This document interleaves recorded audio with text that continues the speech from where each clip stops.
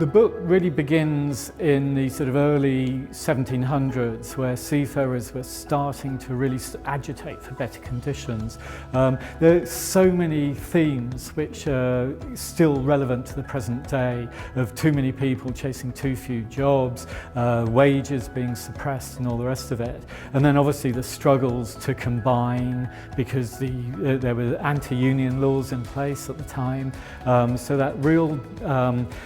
challenge of how people could work together, certainly in a way that was illegal for many, many years, and the tradition of self-help amongst seafarers, which goes back actually to the Middle Ages, of seafarers clubbing together literally to provide pensions and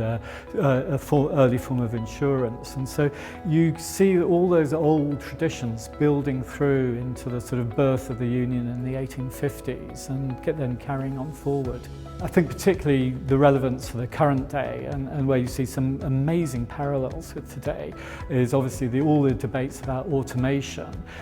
which were there in the 1950s and early 60s when ships started to sort of bring in automated engine rooms, for instance, and massive debate. And there's some lovely quotes in there from kind of quite prophetic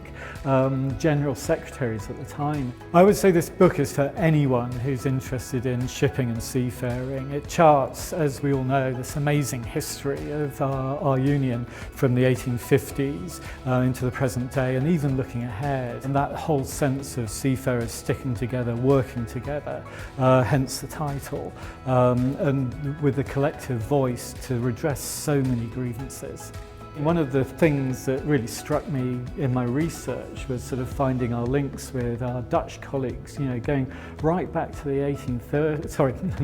1930s, where, you know, the immense solidarity, where, you know, we were supporting them in a major strike against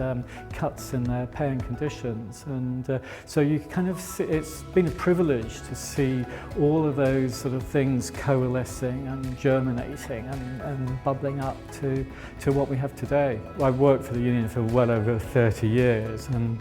I think we're all familiar with the sort of